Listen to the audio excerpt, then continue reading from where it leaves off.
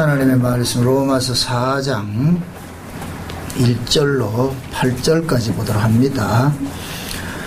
로마서 4장 1절에서 8절까지입니다. 우리 다 같이 찾으셨으면 다 같이 보도록 합시다. 그런즉 육신으로 우리 조상된 아브라함이 무엇을 얻었다 하리요? 만일 아브라함이 행위로서 의롭다 하심을 얻었으면 자랑할 것이 있으려니와 하나님 앞에서는 없느니라. 성경이 무엇을 말하느냐? 아브라함이 하나님을 믿음에 이것이 저에게 의로 여기신 바 되었느니라. 일하는 자에게는 그 삭슬 은혜로 여기지 아니하고 빚으로 여기느니와 이 일을 아니할지라도 경건치 아니한 자를 의롭다 하시는 이를 믿는 자에게는 그의 믿음을 의로 여기시나니 일할 것이 없이 하나님께 의로 여기심을 받는 사람의 행복에 대하여 다윗의 말한 바 그 불법을 사하심을 받고 그 죄를 가리우심을 받는 자는 복이 있고 주께서 그 죄를 인정치 아니하실 사람은 복이 있도다 함과 같으니라. 아멘. 기도합시다. 하나님께서 우리에게 주신 복이 무엇인지, 또 우리가 생각하는 복은 무엇인지 오늘 말씀을 통하여서 성경이 말하는 그 복이 도대체 어떤 것인지 시간 깨달아 알아지는 시간들이 되어지게 도와주옵소서. 그리하여서 우리가 하나님 앞에 어떤 복을 받고 사는지, 또 어떤 은혜를 입고 사는지 그걸 알고 그 알미 우리로 하여금 하나님을 찬미하는 자리로 나아갈 수 있도록 도와주시옵소서. 이 시간도 그 은혜가 우리 안에 강건하셔서 하나님의 말씀을 듣게 하시고 또 그 은혜 안에서 이 시간도 마음껏 찬미하고 또 하나님께 영광 돌리는 복된 시간 되어지게 도와주옵소서. 깨닫는 마음 주께서 허락해 주옵시기를 원하옵고 그리스도 대신 예수님의 이름으로 기도합나이다. 아멘. 오늘 말씀이 참 우리에게는 위로가 되는 말씀이고 참 복된 말씀입니다. 오늘 본문을 보면 복이 나오는데 8절에 7절 8절에 보면 두 가지 복이 나옵니다. 그 불법의 사하심을 받고 죄를 가리움을 받는 자는 복이 있고 또 주께서 그 죄를 인정치 아니하실 사람은 복이 있다. 우리가 생각하는 복하고 지금 성경이 말하는 복은 완전히 다릅니다. 우리가 생각하는 복들은 우리 육신에게 뭔가 유익이 되고 이런 것들을 생각하잖아요. 그렇죠? 그래서 우리는 복이라 생각하는데 성경이 말하는 복이라는 것은 하나님과의 관계가 회복된 걸 복이라 그런단 말이죠. 그러니까 하나님과의 그 관계가 회복되는 것은 우리 힘으로 된다 안 된다? 안 되지요. 하나님께서 인정해줘야 되는 거예요. 내가 아무리 하나님 사랑하는데도 하나님께서 사랑 안 하면 안 되잖아요. 보통 이제 학교 다닐 때 보면 짝사랑하죠. 짝사랑. 선생님 짝사랑 하잖아요. 그죠? 특히 음악 선생님은 그래 짝사랑 했잖아요. 미술 선생님, 음악 선생님. 안 해봤어요? 국어 선생님 짝사랑 했대. 우리 이 집사님은 또. 다 짝사랑 하잖아요. 이 짝사랑이 뭐예요? 혼자 사랑하는 거잖아요. 혼자 사랑하는 거. 그죠? 근데 성경에서는 우리가 혼자 사랑하면 안 돼. 하나님께서 사랑하도록 마음을 주어가지고서 그 사랑하는 마음을 받은 사람은 하나님을 사랑하도록 되어 있어요. 그래서 제가 간혹 이렇게 이 복음을 이렇게 비유적으로 이해를 할 때 큐피트의 화살이라 이렇게 얘기를 합니다. 큐피트의 화살을 맞은 사람은 끊임없이 누구를 쫓아가요. 그 화살이 어떤 화살이에요? 사랑의 화살이잖아요. 그죠? 그 사랑의 화살을 탁 맞는 사람은 그때부터 주구장창 쫓아가잖아요. 그리를 쫓아가잖아요. 하나님께서 우리에게 주신 사랑이 그런 거예요. 하나님께서 우리에게 주신 그 사랑, 이걸 다른 말로 믿음이라 그러잖아요. 그 하나님 주신 그 믿음이 우리에게 임하면 그 믿음이 계속해서 하나님을 쫓아가도록 되어 있어요. 쫓아가도록.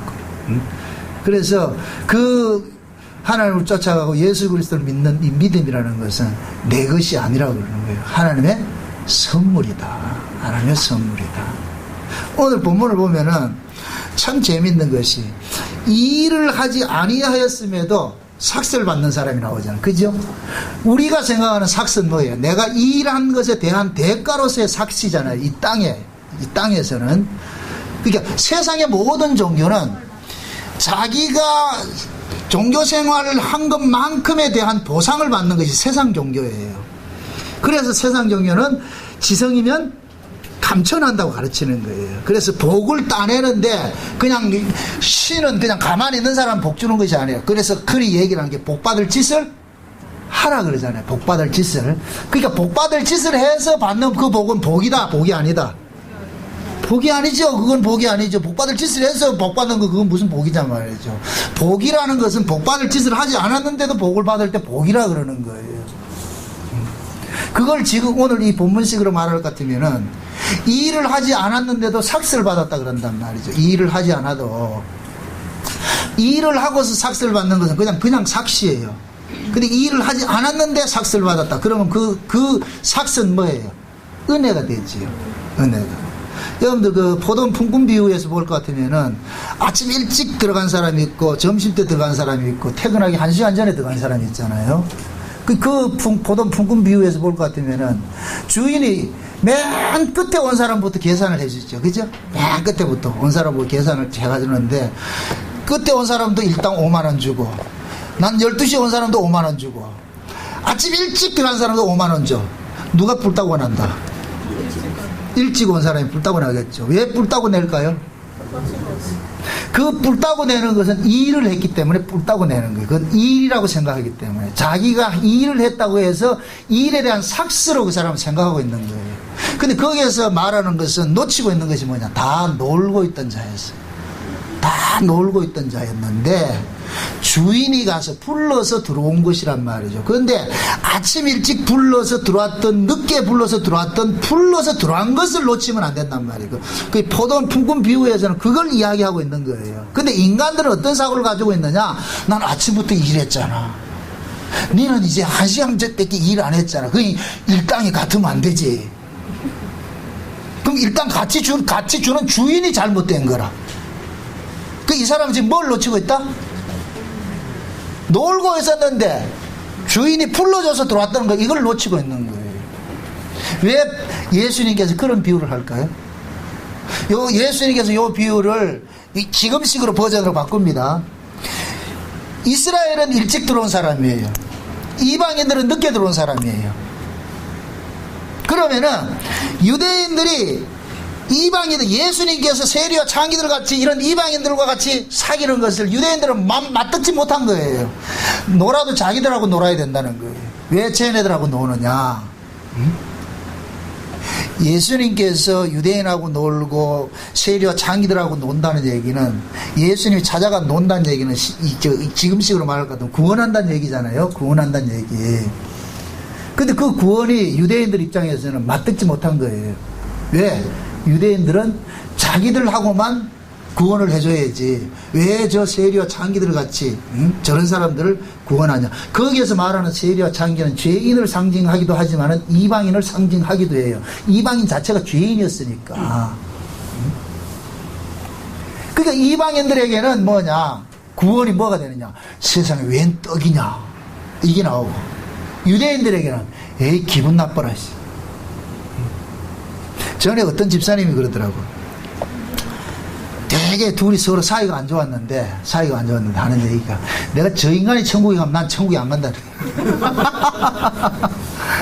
참 대단한 사람이라. 그게 뭘 결국 뭐냐면 신앙이라는 거, 머릿속에 관념으로 있는 거예요. 관념으로. 내가 용서받은 것을 알면은, 내가 용서받았다는 걸 알 것 같으면은 자연히 이렇게 용서가 나오게 돼 있어요.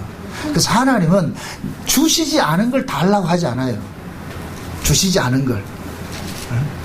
그래서 농부는 먼저 씨를 가지고 뿌리고 열매를 얻는다 그러지, 씨도 뿌리지 않고 열매 달라는 농부 없다니까. 그래서 하나님께서 먼저 주신다니까. 은혜도 주시고 믿음도 주시고 구원도 주시고 다 주세요. 그러니까 그거를 받은 사람은 뭐하냐, 받은 것에 대한 것으로 내어놓는 거예요. 이걸 일컬어서 영광이라고 합니다. 영광. 영광이라는 얘기는 내가 열심히 가꾸었을 때 그 가꾼 것에 대한 보답으로 드러나는 것을 보고 영광이라고 그러는 거예요. 화초를 열심히 가꾸었는데 가을 되면은 꽃으로 활짝 핀다. 그럴 때 어떻게, 기분이 좋다 안 좋다? 좋지요. 그죠? 그걸 영광이라 그런다. 영광. 그러니까 하나님께서 우리에게 값없이 은혜를 주셔서 구원을 주셨는데 그 구원받은 사람이 이게 너무너무 고마워가지고 하나님 앞에 감사합니다 이렇게 할 때 하나님께서 영광 받는 거예요. 영광 받는 거예요. 그래서 하나님이 영광을 받는 것은 반드시 하나님께서 먼저 주신 것에 대한 반응을 나타낼 때 영광이라고 그래요. 우리 애기 키울 때 볼까 특히 엄마들이 그러잖아요. 금방 애기 낳고 나서 키우다가 얘가 막 이렇게 뒤집기도 하고 말이죠. 웃기도 하고 이럴 것 같으면 그러잖아요. 막 혼자 엄마는 늘 하고 있으니까 얘 웃는지 뒤집기 하는지 알잖아요. 근데 신랑은 직장에 가 있어. 그럴 것 같으면 퇴근하자 그러잖아요. 얘가 엉아리하고 말했다 할 것 같으면은 아빠 있을 때 말할 것 같으면 괜찮은데 꼭 없을 때 그러잖아요. 그러니까 엄마는 그 아이가 하나하나 하는 행동 하나하나가 뭡니까? 기쁨이죠. 기쁨이란 말이죠. 그 아이는 그렇게 함으로 인하여 가지고서 엄마에게 뭐를 주냐? 기쁨을 선물해 주는 거예요. 기쁨을. 지금 우리 신앙이 그런 거예요. 하나님께서 우리에게 주신 구원은 거저준 구원이라. 거저준 구원. 이 거저준 이 구원에 대해서 우리는 그것이 너무 고마우니까 그 고마움이 우리로 하여금 뭐 하느냐? 때로는 찬양도 하게 하고 기도도 하게 하고 봉사도 하게 하고 모임도 하게 하고 이렇게 하는 거예요. 그렇게 받은 사람들이 행하는 것은 행복하죠. 받지 않은 걸 내놓으라 할 것 같으면 화가 나고 싫고 그러죠. 지금 오늘 이제 다시 한번 보세요. 본문 한번 다시 한번 보세요. 4장 1절 봅시다. 그런즉 육신으로 우리 조상된 아브라함이 무엇을 얻었다 하리요. 지금 아브라함을 가지고서 사도 바울은 믿음으로 얻어지 예수 그리스도를 믿음으로 얻어지는 그 구원에 대해 가지고 지금 설명을 하고자 하는 거예요. 설명을 율법이 아니고 무엇이다? 믿음이라 그랬죠. 지난 시간에 우리가 생각할 때 믿음이 오히려 율법을 굳게 세운다 그랬죠. 그죠? 31절 보세요. 그 앞에 3장 31절. 그런즉 우리가 믿음으로 말미암아 율법을 폐하느냐? 그럴 수 없느니라. 도리어 율법을 굳게 세우느라 그랬죠. 왜 믿음이 율법을 굳게 세운다 그래요? 율법은 율법이고 믿음은 믿음인데 왜 여기 이 사도 바울은 이 로마서를 통해 가지고서 믿음이 율법을 굳게 세운다 이렇게 얘기를 합니까? 율법이 주신 목적이 뭐라 그랬어요? 율법을 주신 목적이 우리의 죄를 고발을 하고 그 죄가 고발하는 것만 끝이 아니고 죄를 고발해서 우리로 누구로 나아가게 하는 거예요? 예수 앞으로 나아가게 하는 것이죠. 그럼 예수 앞으로 나아가는 것을 우리가 일컬어서 믿음이라 그러잖아요. 믿음으로. 그죠? 그러니까 믿음이 율법을 굳게 세우는 것이 되어버리죠. 지금 이해돼요? 오전에 그랬잖아요. 율법을 지켜서 율법을 지키는 것이 아니라 율법은 예수를 믿으면 율법을 지키는 것이 되어버린다니까. 왜? 율법에 누구에게는 우리를 인도하는 몽학선생이기 때문에. 그렇죠. 예수에게 인도하는 몽학선생이기 때문에. 그러니까 우리가 예수를 믿으면 율법을 굳게 세우는 것이 되는 거예요. 이해되죠? 다시 또 말합니다. 이것을 쉬운 얘기로. 우리가 하나님 말씀대로 사는 것이 신앙이 아니고 예수 믿는 게 신앙이에요. 예수 믿는 게. 모든 말씀은 율법 역할을 하는데 그럼 이 모든 말씀이 누구로 우리를 인도해요? 누구 앞으로? 그렇죠. 예수 앞으로 인도하죠. 그래서 우리가 하나님 앞에 나왔을 때 나 말씀 시켰어요가 나오면 안 된다는 그건 아니라니까. 말씀을 준 것은 예수 믿으라고 준 거예요. 예수 믿으라고. 그 예수를 믿을 때 하나님께서 이놈 말씀 제대로 잘 지켰구나 이게 나온다니까. 그러면 바울이 그러면은 너희들이 그토록 자랑하는 너희들 조상 아브라함이 그럼 과연 아브라함이 율법 지켜서 구원을 받았느냐 하나님을 믿어서 구원을 받았느냐 이걸 지금 설명을 하는 거예요. 그럼 묻습니다. 아브라함이 있을 때 율법이 있었어요 없었어요? 없었어요. 아브라함이 죽고 나서 430년 후에 율법이 주어졌다니까. 그럼 아브라함은 율법과 상관이 없이 뭘 받은 거예요? 구원받았잖아요. 그죠? 그럼 아브라함이 율법을 지키든 안 지키든 상관없이 아브라함 구원을 받았으니까 그럼 그 아브라함이 받은 구원은 율법적 행위에 의해서 이게 취소가 된다 안 된다? 안 되지요. 다시 말합니다. 아브라함은 믿음으로 구원을 받았어요. 그죠? 하나님께서 일방적으로 아브라함 찾아가가지고 너는 내 것이라 이렇게 불렀다니까, 이거. 지명해서 불렀단 말이야. 이거 이사에서 43장 이야기같이 야곱아, 너는 내 것이라 내가 너를 지명하여 뭐 했다? 불렀다 그러잖아요. 그럼 야곱을 지명해서 불렀다 이 얘기는 아브라함 찾아가서 부른 거 똑같은 얘기예요. 똑같은 얘기. 그럼 아브라함은 자기가 하나님 앞에 부르심을 입은 것은 자기의 어떤 조건이 있었어요? 없었어요? 없었다니까. 근데 우리 인간들은 꼭 조건을 찾으려고 그런다니까. 아니, 하나님께서는 조건 보고 한 것이 아니고 일방적으로 찾아가서. 그래서 하나님께서 갈대아 우르에 있는 아브라함을 찾아간 거예요. 왜 그러냐? 갈대아 우르는 그 당시에 하나님의 은혜 밖에 있는 세상을 지칭할 때 갈대아 우르가 되는 거예요. 그래서 갈대아 우르라는 그 말 뜻이 강도들이 사는 곳이란 그런 의미를 갖고 있다니까. 강도들이 사는 곳. 어? 그러니까 강도들이 우르르 살고 있는 그 동네에 하나님이 찾아갔다니까. 찾아가서 아브라함을 뭐 합니까? 불러내잖아요. 그러면은 하나님께서 아브라함을 일방적으로 불러냈기 때문에 그럼 아브라함은 자기의 어떤 행동으로 인하여서 하나님의 부르심을 취소를 시킬 수 있다 없다? 없지요. 이걸 일컬어서 언약으로 일을 하신다 그런단 말이에요. 언약으로. 그래서 하나님께서는 너는 내 거야 이러면 게임 끝이라니까. 넌 내 거야 이러면은 하나님께서 일방적으로 넌 내 거야 이렇게 했을 것 같으면 그 사람은 그때부터 내가 조금 모은 삶을 어떻게 하지?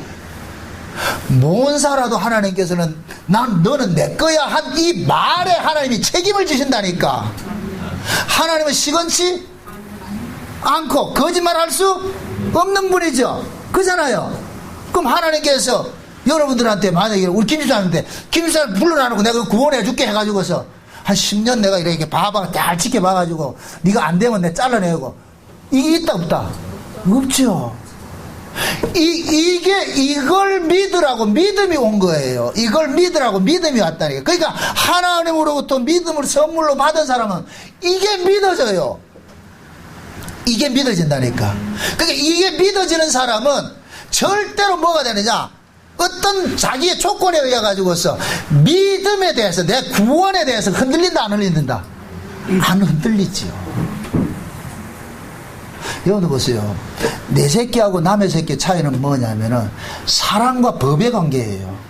내 아이는 이상하게 우리 엄마는 나를 사랑하고 있고 우리 아빠는 나를 사랑하고 있다는 이 사랑을 알고 있어요. 그래서 이 사랑을 알고 있는 이 아이는 학교에 가서 공부를 못하고 시험을 빵점 맞아도 집에 당당하게 들어온다니까. 와가지고 뭐 한다? 엄마 밥도 하지요. 그죠? 엄마 밥도. 그 남의 새끼 같으면은 만약에 그걸 아주 뭡니까 남의 애 같으면은 그렇게 한다 못한다? 못하지. 왜 그러냐? 남의 애는 그 속에 자연적으로 법이 작동하기 때문에. 법은 뭐냐? 자기의 조건물을 가지고서 나오는 거예요. 근데 사랑은 뭐냐? 조건이 없어. 그냥 우리 엄마야, 우리 아빠야, 내가 잘못해도 우리 엄마 아빠는 나를 받아줄 거야 하는 이 근거 없는 자신감이 있다니까. 이게 이 근거 없는 이 자신감이 있다니까. 그러니까 그 자신감을 가지고서 뭐하냐? 나와가지고서 말이죠, 공부 못해도 와가지고서 배고프다 밥도 이런다니까. 큰 소리 친다니까. 이거는 뭐냐? 그 속에 사랑이 있는 사람만 가능한 거예요. 이 사랑을 지금 우리식으로 말할 것 같으면 믿음이라. 믿음. 그래서 하나님께서는 자기 백성들에게 뭘 줬냐? 믿음을 준 거예요. 믿음을 준 거예요. 그래서 아브라함을 하나님께서 일방적으로 불러내놓고 그때부터 하나님께서 그러는 거예요. 아브라함아, 너는 네 조건과 상관없이 내가 너를 일방적으로 불렀으니까 너는 절대 내 구원에서 너는 취소가 안 돼. 아브라함은 이걸 믿은 거예요. 이걸 믿었다니까. 그러니까 이걸 믿은 이 아브라함은 후에 주어진 그 구원 율법하고는 전혀 상관이 없는 거예요. 구약 이스라엘도 마찬가지예요. 자 보세요. 애굽에서 나온 사람들이 누가 나왔어요? 아브라함의 후손이 나왔잖아요. 아브라함의 후손이. 그럼 그 아브라함의 후손들은 어떻게 생겨난 자들이에요? 아브라함의 언약으로 생겨난 자들이에요. 그죠? 아브라함의 언약으로. 그럼 그 아브라함의 언약으로 생겨난 자를 대표하는 인물이 누구예요? 이삭이었잖아요. 이삭. 그죠? 이삭. 근데 그 이삭의 후손을 통해가지고 야곱이 나왔고, 야곱의 후손을 통해서 12지파가 생겼고, 12아들을 통해가지고 이스라엘이 형성이 됐잖아요. 그러면 이건 큰 틀에서 전부 다 누구예요? 이삭의 후손이죠. 아브라함의 후손이죠. 그래서 하나님께서 이스라엘을 출애굽을 시킨 것은 하나님께서 아브라함과 이삭과 야곱에게 하신 그 언약을 기억하사 그들을 권념했다 그랬어요. 그죠? 언약을 기억해서 끄집어냈잖아요. 끄집어냈단 말. 끄집어내놔놓고 그 다음에 뭐를 줬어요? 율법을 줬죠. 그죠? 끄집어내놔놓고. 그럼 그 율법은 이스라엘이 하나님의 백성이 되는 조건으로 준 것이에요? 하나님의 백성이기 때문에 준 것이에요? 하나님의 백성이 되었기 때문에 준 것이죠. 그럼 하나님의 백성이 된 자에게 왜 율법을 주느냐? 너희가 하나님의 백성이 된 것이 얼마나 크고 중요한 것인지, 이것이 얼마나 복된 것인지를 알게 하기 위해서 율법을 준 거예요. 그럼 그 율법이 하는 일이 뭐라 그랬어요?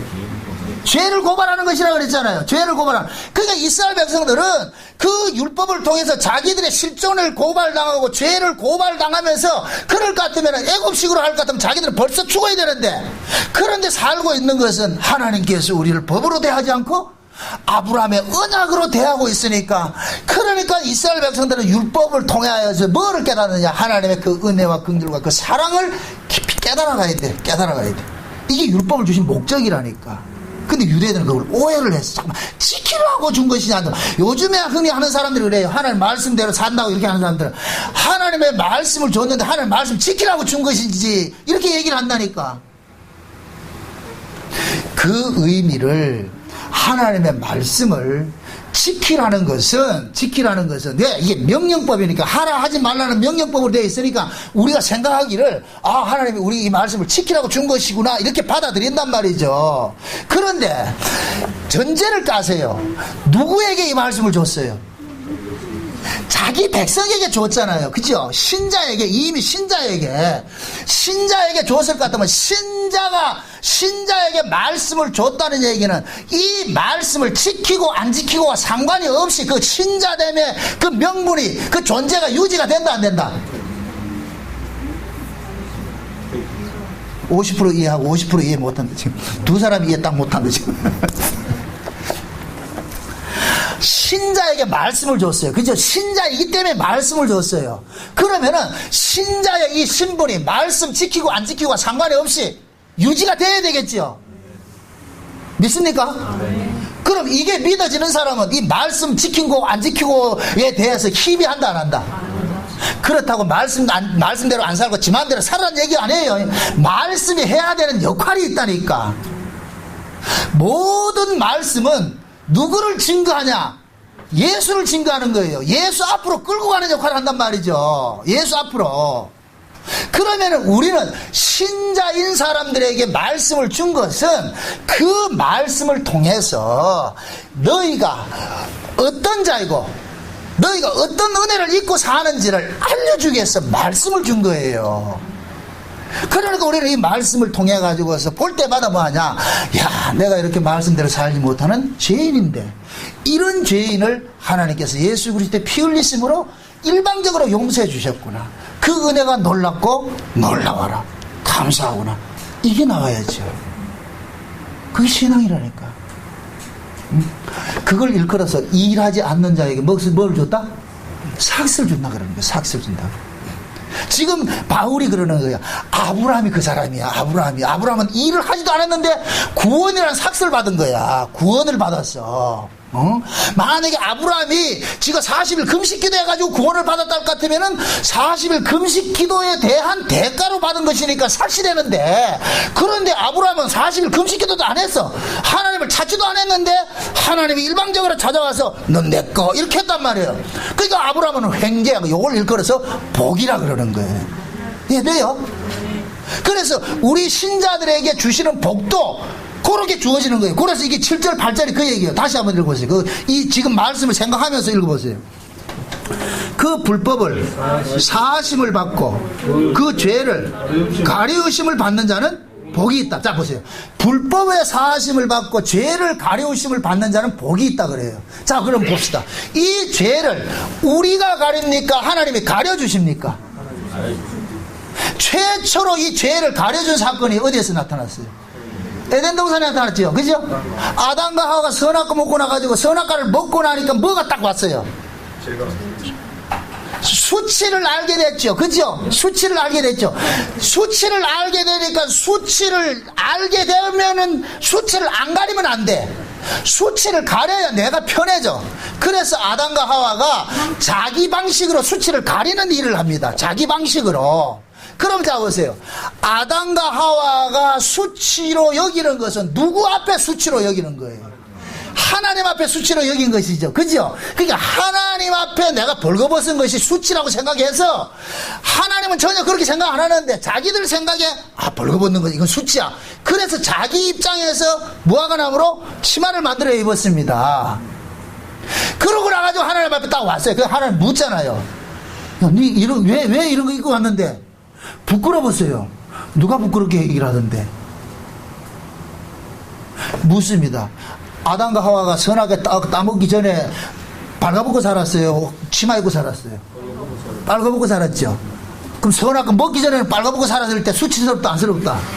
부끄러웠어요 안 부끄러웠어요? 그때는 하나님 앞에 나가는 것이 부끄러웠어요?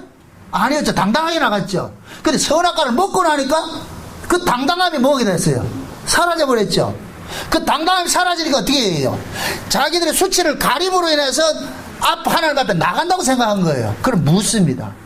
그들이 하나님 앞에 수치라고 생각했을 것 같으면은 그럼 그 수치는 자기들 방식으로 가려야 돼요? 하나님 방식으로 가려야 돼요? 하나님 방식으로 가려줘야죠. 그래서 하나님께서 아담과 하와의 무화과나무 치마를 벗겨내버리고 가죽옷을 입혀줬잖아요. 그죠? 가죽옷을. 요것이 곧 뭐냐? 하나님께서 이 땅에 제시한 수치를 가리는 방법이에요. 수치를 가리는 방법. 그러면은 하나님께서 이 땅에 제시한 수치를 가리는 방법은 하나밖에 없어요. 너 죄 때문에 애꿎은 흠없는 재물이 죽어가지고 그 가죽옷을 벗겨줘야 돼. 재물이 죽어서 그 재물의 옷을 우리가 입고 나갈 때 하나님은 수치를 가림이 되어버린다니까.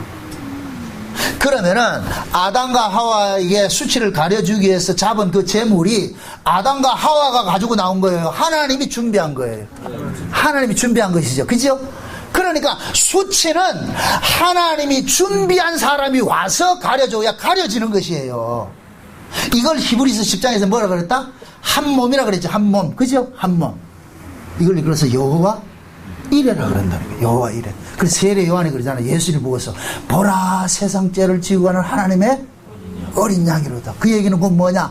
저분이 바로 우리의 죄의 수치를 가려주실 유월절 어린 양이다. 저분이다. 세례 요한은 이걸 세상이 증거하는 거예요. 보라 세상 죄를 지고 간다는 게 거기서 말하는 이 세상은 온 세상을 말하는 코스모스를 말하는 것이 아니고 자기 백성을 이야기하는 거예요. 자기 백성. 응?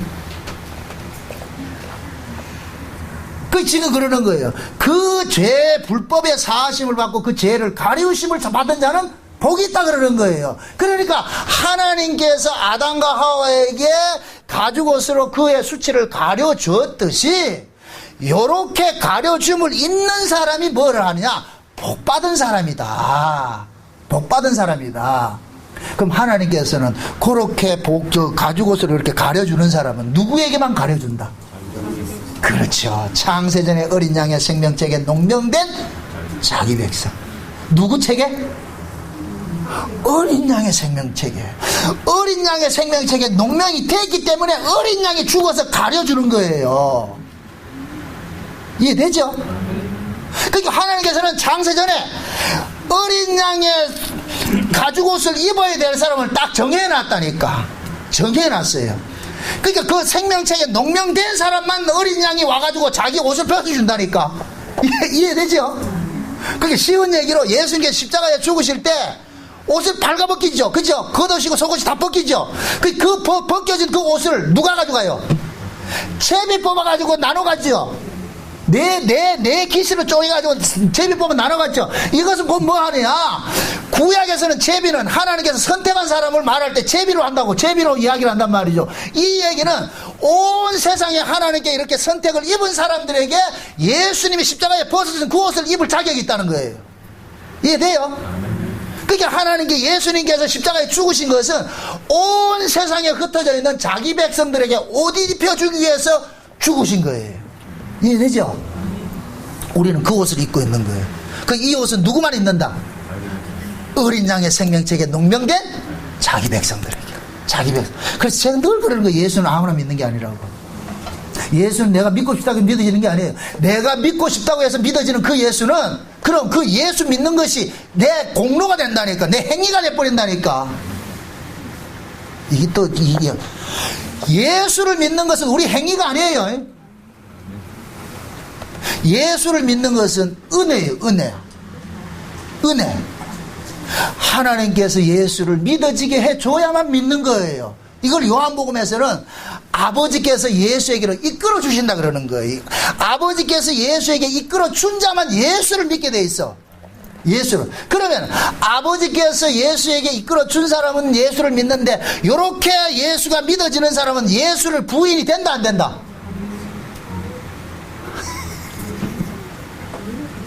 아니, 믿음이 내 힘으로 되는 것이 아니고 하나님 은혜로 됐다 그랬잖아요. 그럼 하나님의 은혜로 예수를 믿는 사람이 부인이 되겠어요 안 되겠어요? 지가 안 되지요. 그래서 예수, 진짜 그 안에 성령이 와서 예수를 믿는 사람은 예수를 부인이 안 된다니까. 또 이러면 또 여러분들 또 이 머리가 굴러가는 소리가 막 들린다 지금. 그러면 목사님, 그럼 베드로가 그 예수를 3번씩 부인하고 이런 거는 그건 우회되는 건데, 이러가. 그때는 성령이 오기 전이었잖아요. 성령이 오기 전에는 판판히 부인해요. 이거는 아무리 내가 일사각오를 외쳐도 안 된다니까. 그거는 정신불도 하사일성도 안 돼. 그때 죽음 앞에는 안 돼. 베드로가 아무리 의지적으로 나는 지킬 거야, 아니에요. 죽음 앞에 인간은 이겨낼 수 없어요. 죽음을 이겨낼 수 있는 것은 죽음을 이기고 난 부활의 영이 와야만 이겨내는 거예요. 그냥 성령이 와야 죽음을 이겨내는 거예요. 그래서 베드로는 성령 받고 나가지고서 죽인다 할 때 도망갔어요? 죽이라 그래요? 왜 그렇게 달라졌을까요? 성령 받기 전에는 예수님 십자가 질 때는 지 살기 위해서 예수님 면전에 대하고 3번씩이나 저주하고 부인한 놈이 성령 받고 나가지고 어떻게 합니까? 죽여라. 차라리 예수 부인하고 도망가지. 그런데 그게 안 되잖아요. 왜 그래요? 베드로 속에 예수님이 와 계신 거예요. 베드로 속에 예수님이 와 계신 거예요. 죽음에서 부활하신 그 예수님이 와 계신 거예요. 그러니까 그 예수님이 베드로가 죽을 환경에 집어넣어도 베드로는 뭐하냐? 베드로 속에 있는 그 예수가 죽음의 세력을 이기도록 만드는 거예요. 그 예수가 지금 누구한테 와 있다? 진짜로? 참말로? 이 믿음을 받은 사람이 그래서 뭐가 있느냐? 담대함이 생기는 거예요. 배짱이 생긴다니까. 다 떠나가더라도 주님이 나 아시고 내가 주님 알면 게임 오버예요. 이 믿음이 없기 때문에 자꾸 사람한테 기웃거리는 거예요. 내 안에 확신이 없기 때문에, 이 증거가 없기 때문에 사람 많은 곳에 모이는 거예요. 거기 가면 없던 믿음이 생기는가요? 아니라니까. 나중에 하나님께서 여러분들을 홀로 둘 때가 옵니다. 예수님만 혼자 두는 게 아니고 홀로 둘 때가 와요. 그럴 때 진짜 그 안에 예수를 믿는 사람일 것 같으면은, 나는 늘 아버지와 함께 계심으로 내가 혼자 있는 것이 아니라는 고백을 해서 그냥 이겨내요. 근데 이 고백, 이 증거가 없는 사람은 불안해가지고 어떻게 하느냐? 사람 숫자 많은 곳을 또 쫓아간다니까. 이 말이 이해돼요? 그래서 믿음은 하나님께로 난 사람은 이 믿음을 가진 자인데, 이 믿음을 가진 사람은 그 어떤 것으로도 끊어진다 안 끊어진다? 안 끊어지죠. 그래서 로마서 8장에서 그러잖아요. 위험이냐 칼이냐 적신이냐 그 어떤 것으로도, 천사들도 그 사랑에서 끊어낸다 못 끊어낸다? 못 끊어낸다. 그래서 제가 로마서 글을 쓸 때 고래 심줄보다 더 질긴 구원이라고 그러는 거예요. 이거는 우리 힘으로 끊어지는 것이 아니에요. 후천적으로 끊어지는 믿음은 그 믿음이 아니에요. 그건 구원이 아니라니까. 왜? 그 구원은 우리가 지켜내는 것이 아니기 때문에. 그래서 바울이 지금 그거 하는 거예요. 죄의 가르침을 받은 사람은 복 있는 사람이다. 그 다음에 8절 보세요. 주께서 그 죄를 인정치 아니하는 사람은 복이 또 다 참 이게 기가 막히다. 주께서 그 죄를 인정치 아니하실 사람이래. 그럼 주께서 그 죄를 인정치 아니하실 사람은 어떤 사람이에요? 예수 안에 있는 사람이죠. 예수 믿는 사람이죠. 그죠? 예수 안에 있는 사람은 하나님께서 죄를 인정을 하지 않아. 왜 그러냐? 내 죄를 누가 대신 다 담당했기 때문에. 예수님이 담당했기 때문에. 그래서 누구든지 그리스도 예수 안에 있는 자는 결코 정죄함이 없다 그러는 거예요. 이거는 내가 내 마음대로 살아도 된다는 그런 개념이 아니고, 예수 안에 있는 자는 하나님께서 나를 보는 것이 아니라 누구를 거쳐서 나를 본다니까. 누굴 거쳐서 나를 봐요? 그렇죠. 예수님을 거쳐서 나를 보기 때문에 예수님이 하나님 앞에 오르신 분이니까, 그러니까 예수를 거쳐서 보면은 예수 안에 있는 강도도 하나님 보시기에 뭐로 보이냐? 옳은 자로 보이는 거예요. 의로운 자로 보이는 거예요. 그래서 우리는 우리의 이름으로 구원받는 것이 아니고 예수의 이름으로 구원을 받는다니까. 예수의 이름으로. 이해돼요? 그럼 그 예수의 이름은 아무나 이름을 도장 찍어준다. 예수님께서 낳은 사람만 도장 찍어준다. 여러분들이 옆집에 있는 아를 내 호적에 올려요? 아니죠. 내가 낳은 자식만 올리잖아요. 그죠? 내가 낳은 자식만. 그러니까 내가 낳은 자식만 올리는데 내가 낳은 이 호적에 올려진 이 새끼는 그때부터 누가 책임진다? 내가 책임져야 되잖아. 내 명예가 걸렸는데, 내 이름이 걸렸는데. 예수도 마찬가지예요. 예수님께서 자기가 낳은 새끼들에게만 뭐를 받는 도장을 찍어준다? 자기 이름 도장 찍어주지요. 그래서 요한계시록 14장에 볼 것 같으면 시온산에 섰는데 14만 4천 명이 섰는데 이마에 누구 이름이 적혀있더라? 어린 양의 이름이 적혀있지요. 어린 양의. 그 어린 양의 이름을 내가 몰래 도둑기 가지고서 도장 가져가 내가 찍었다. 예수님이 찍어줬다. 예수님이 찍어줬지. 예수님이. 이해돼요? 이게 얼마나 이게 기쁜 소식인데. 옛날에 성경이 써질 그 당시에는 노예들에게 낙인을 찍는다니까. 이거 주인의 소유 도장을 해서 낙인을 찍잖아요. 그걸 빗대서 얘기를 하는 거예요. 그래서 하나님께서 인을 친다 그러는 거예요. 자기 백성들에게. 그러니까 노예들은 옛날 추노라는 그 드라마 볼 것 같으면 노예들에게 전부 여기다 뭐 이렇게 도장 찍어놓고 그랬잖아요. 그러니까 어디 가든지 그것이 흔적이 있기 때문에 도망가지를 못해. 그러니까 그 종은 영원한 종이라니까. 하나님께서 어린 양의 생명책에 농명된 자들에게 예수님을 보내가지고 도장을 찍도록 만들어 놨다니까. 그 예수님은 자기 백성들을 찾아가가지고 도장을 찍는 거예요. 그래서 예수님께서 이 땅에 오신 것은 아버지의 뜻을 행하려 왔는데, 아버지의 뜻은 아버지께서 내게 주신 자들은 마지막 날에 다 살려내는 이것이라 그랬잖아요. 그죠? 그럼 예수님께서는 아버지로부터 뭘 받았느냐? 생명책을 받은 거예요. 그럼 예수님은 그 생명책을 가지고서 찾아가는 거예요. 찾아간다니까. 찾아가가지고 그 사람에게 뭐 하냐? 낙인을 찍는 거예요. 도장을 꽉꽉 찍는 거예요. 이걸 일컬어서 성령의 인침을 받는다 그러는 거예요. 이해돼요? 그러니까 성령을 하나님께서 보내주신 건 뭐냐? 그것이 어린 양의 생명책에 농명된 자이기 때문에 그것을 인치는 모습으로 해가지고 성령의 보증을 줬다 그러는 거예요. 성령의 보증을. 그럼 그 성령의 보증을 받은 사람은 이때부터 예수를 뭐로 모시냐? 주인으로 모시고 사는 거예요. 그래서 성령 받은 사람은 주라고 그러는 거예요. 성령이 아니고서는 예수를 주라 한다 못한다? 못한다 그러죠. 이해돼요? 그래서 예수 믿는 사람은 자살도 못하는 거예요. 왜 그러냐? 주인이 명해야 되기 때문에.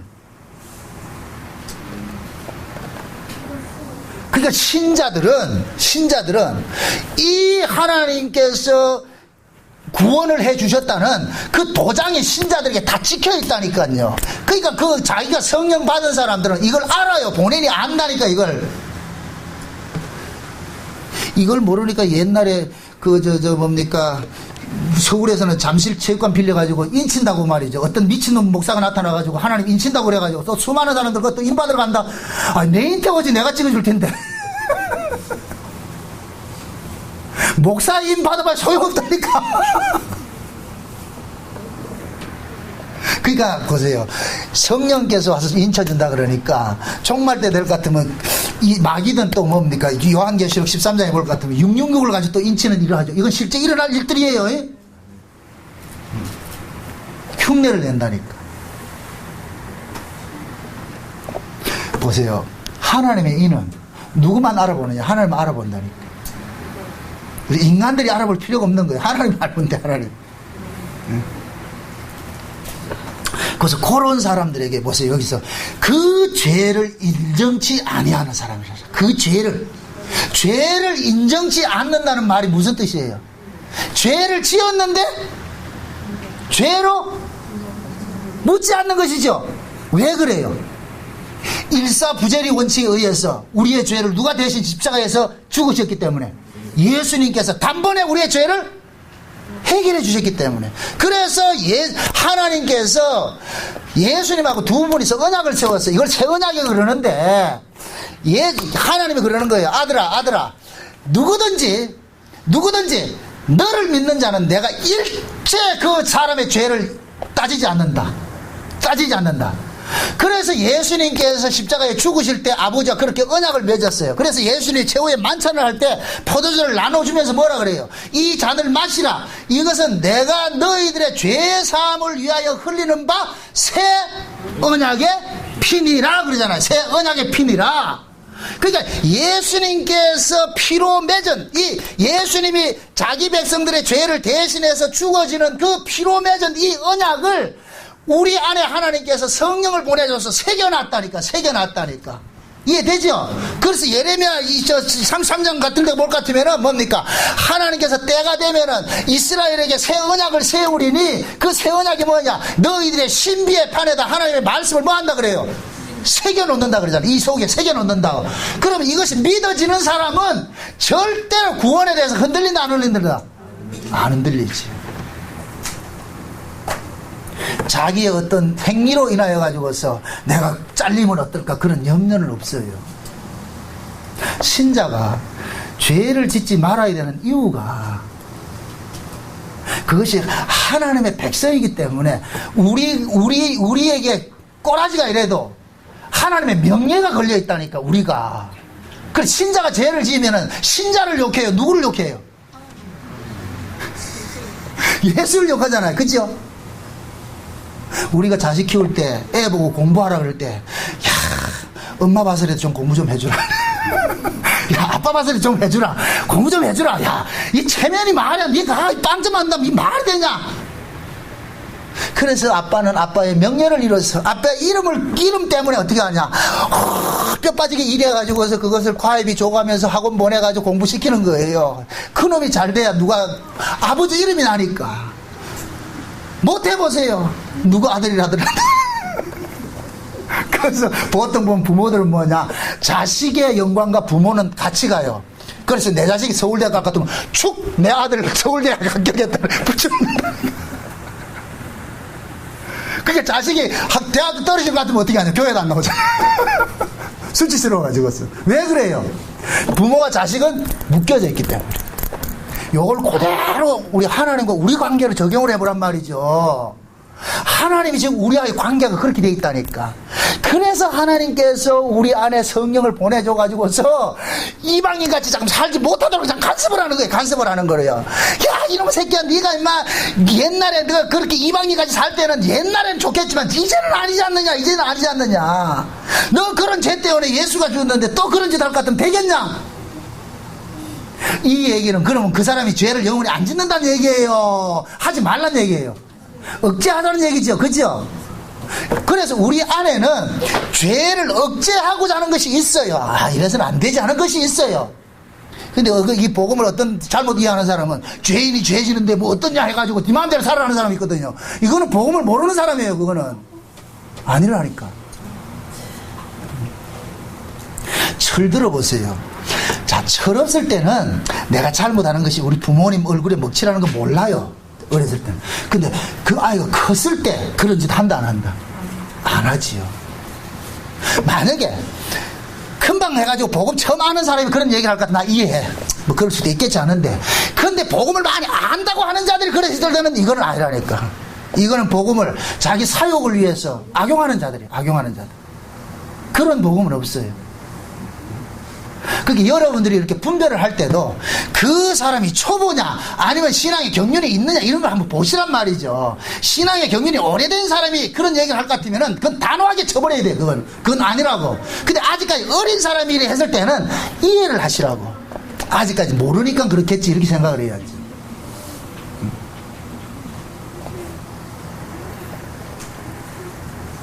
예전에 요 옆에 있는 교회 근데 그 목사님이 지나다니면서 담배 피우고 이렇게 다니고 있더라. 어떤 집사님이 와가지고 있어. 목사님 저 옆에 교회 저 목사님 담배 피우고 길거리 담배 피우고 다니는데 그 사람은 자기는 결코 그리스도 안에서는 정죄함이 없나니 그렇게 믿는지 모르지만 그런데 그 모습을 보는 신자가 상처를 받을 때는 아니란 말이에요. 진짜 그 사람이 복음 안다면 그런 짓을 하고 다닐까요 안 다닐까요? 안 다니겠죠. 우리 한국에 처음에 저 서양의 선교사들이 왔을 때 그분 서양에서는 술 담배 먹는 걸 죄로 여기질 않아요. 요번에 중국에 가니까 그러더라고. 중국에 가니까 그런 얘기를 하는 얘기가 있어요. 뭐라 그러냐 같으면 거기서는 술 먹는 건 괜찮은데 피 먹는 건 안 된대 또.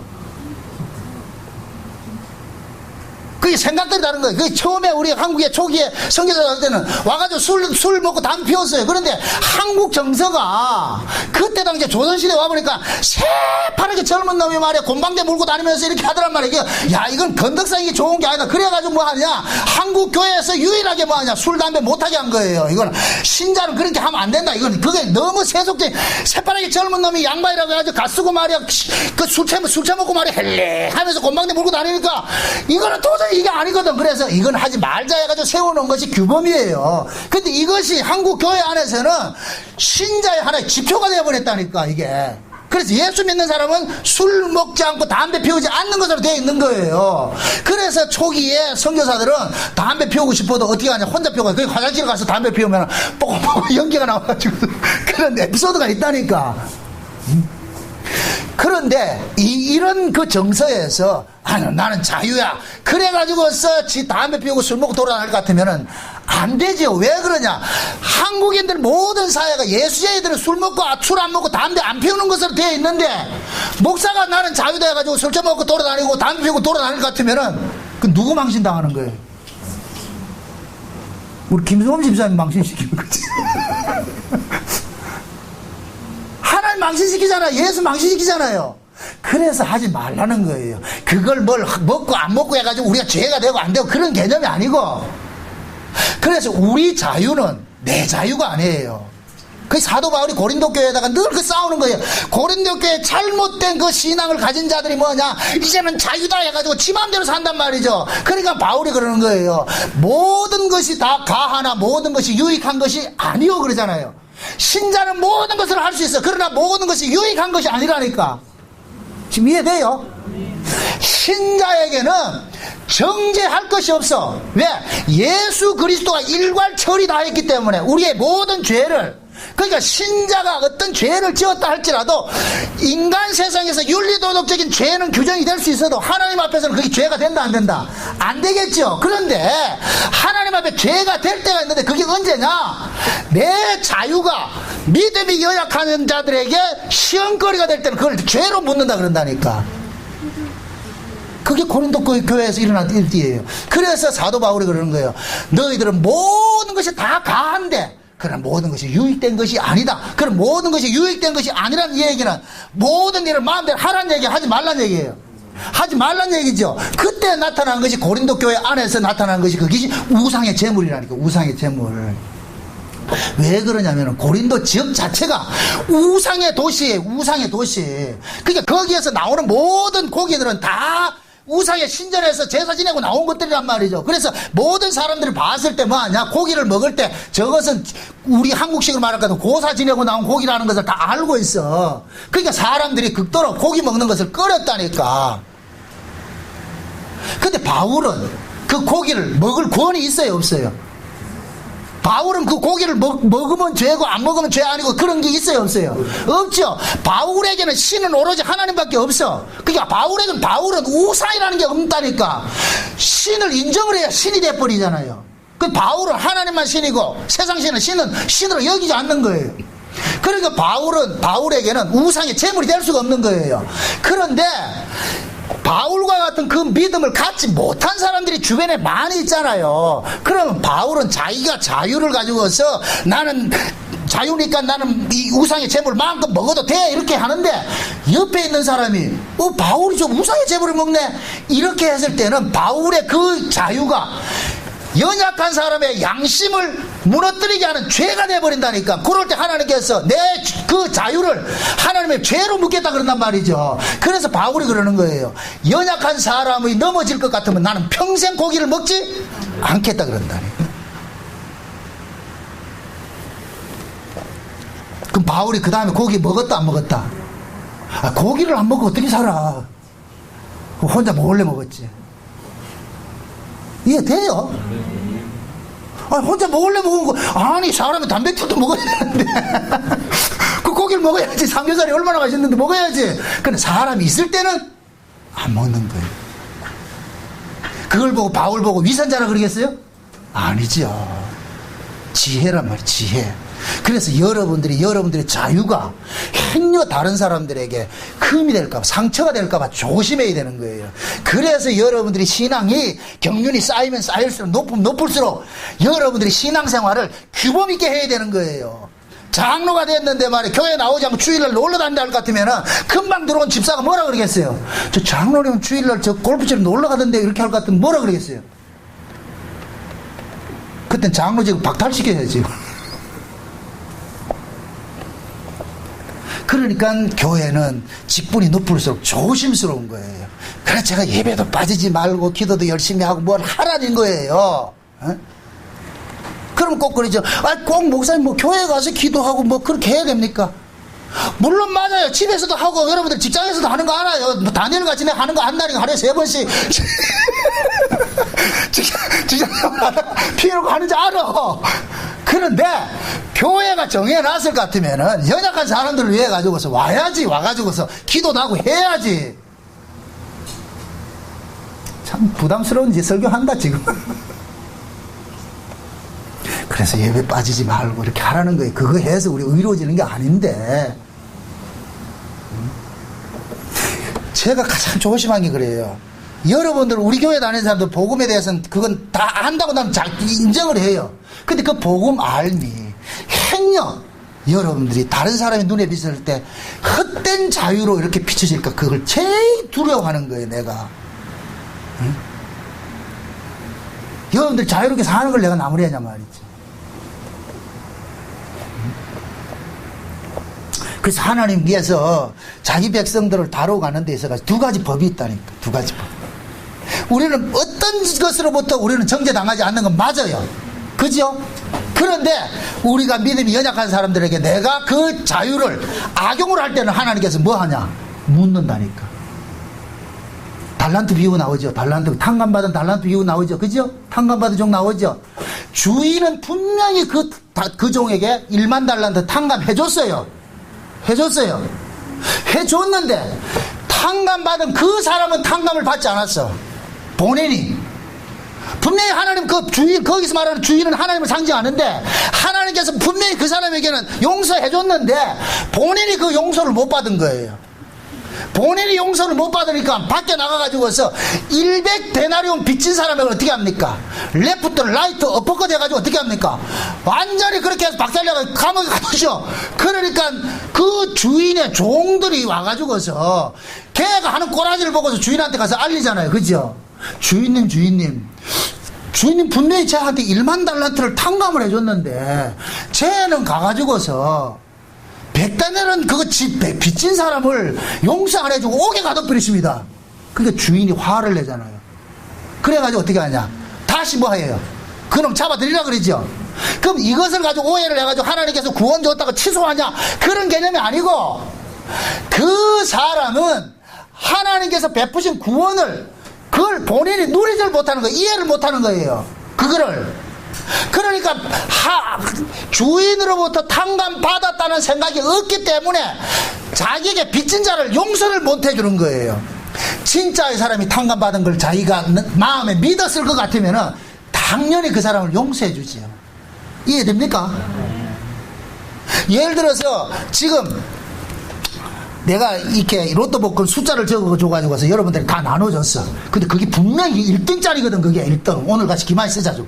1등짜리를 줬는데 그것이 진짜 1등인 것을 아는 사람일 것 같으면은 옆에 좀 가가지고 식당에 가가지고 짜장면 먹어도 짜장면 값을 누가 계산한다?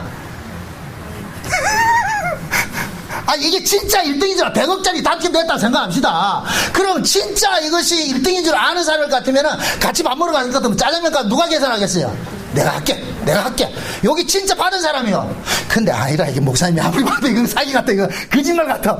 이렇게 할 것 같으면은 짜장면 값 낸다 안 낸다? 안 내겠지. 지금 그와 같은 거예요. 지금 이해돼요?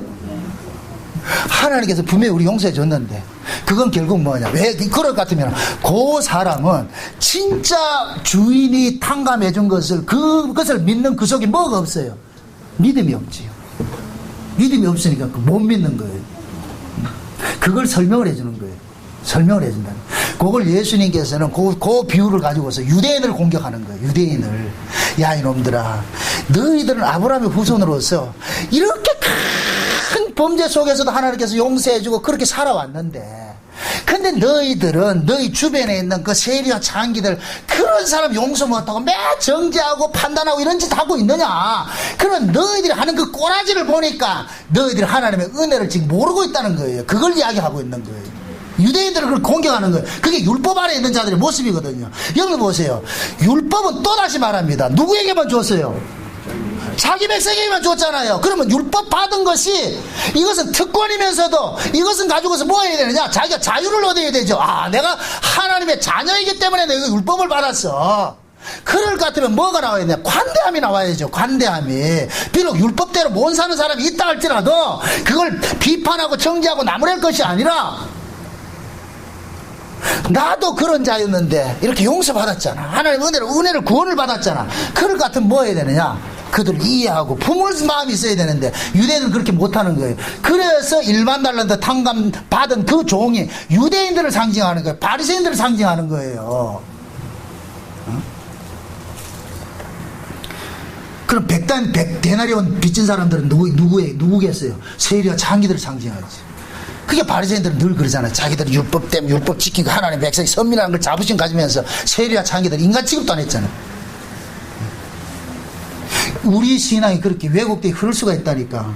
그래서 항상 성경에 나와 있는 이야기를 반면교사로 삼으란 말이죠. 응? 나는 그러지 않는지. 응? 다시 말합니다. 하나님께서 우리에게 주신 복은 우리의 조건과 상관이 없이 주신 복이에요. 그렇죠? 경건치 아니하는 자를 경건하게 하나님께서 인정을 해주잖아요. 그래서 우리가 구원을 받는 것은 죄를 간과하심으로 우리가 구원을 받았어요. 그죠? 간과하심이란 게 뭐예요? 분명히 죄인인데 죄 없는 것을 그냥 인정해 줄게, 이거거든요. 인정해 줄게. 우리는 다 그렇게 인정해서 받았다니까. 그렇게 인정하는 것은 누구 때문에 인정하는 거예요? 예수님 때문에. 하나님은 공의의 하나님이라고 그랬어요. 공의는 반드시 법은 법대로 집행을 해야 돼요.